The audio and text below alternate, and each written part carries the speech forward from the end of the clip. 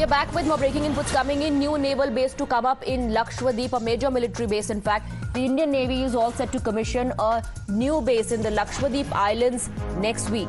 The Navy plans to operate fighter aircrafts from Lakshadweep Naval Base, and the new Navy base will be commissioned in Minicoy, will be named INS Jatayu.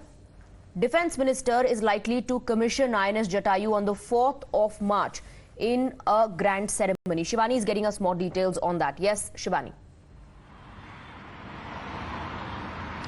Swati, after Andaman and Nicobar Islands, the Lakshadweep Islands will be converted into a major military hub, especially for the Indian Navy and the Indian Coast Guard. And in this regard, on 4th of March, there is a new commissioning of the naval base that will be named INS Jatayu. And this naval base will have new fighter aircrafts that will be operational in the future from this particular base. And this is because Lakshadweep is quite in picture in the recent weeks, recent months, in fact.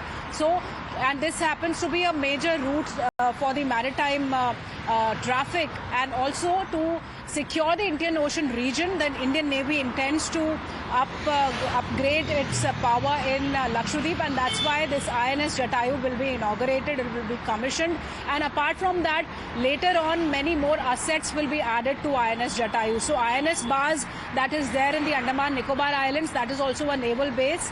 This will be in coordination with INS Baz. So we'll have two major bases of the Indian Navy that will be operational in the region. Yes, we're given to understand there'll be a grand ceremony on the 4th of March, Shivani, and the Defence Minister is likely to commission INS Jatayu. Swati, there will be a grand commissioning ceremony on the likely date is 4th of March. It has to happen anyways in the next week. The exact date will be confirmed shortly, but this will happen in the coming week, where Defence Minister Rajnath Singh will be present for the grand ceremony.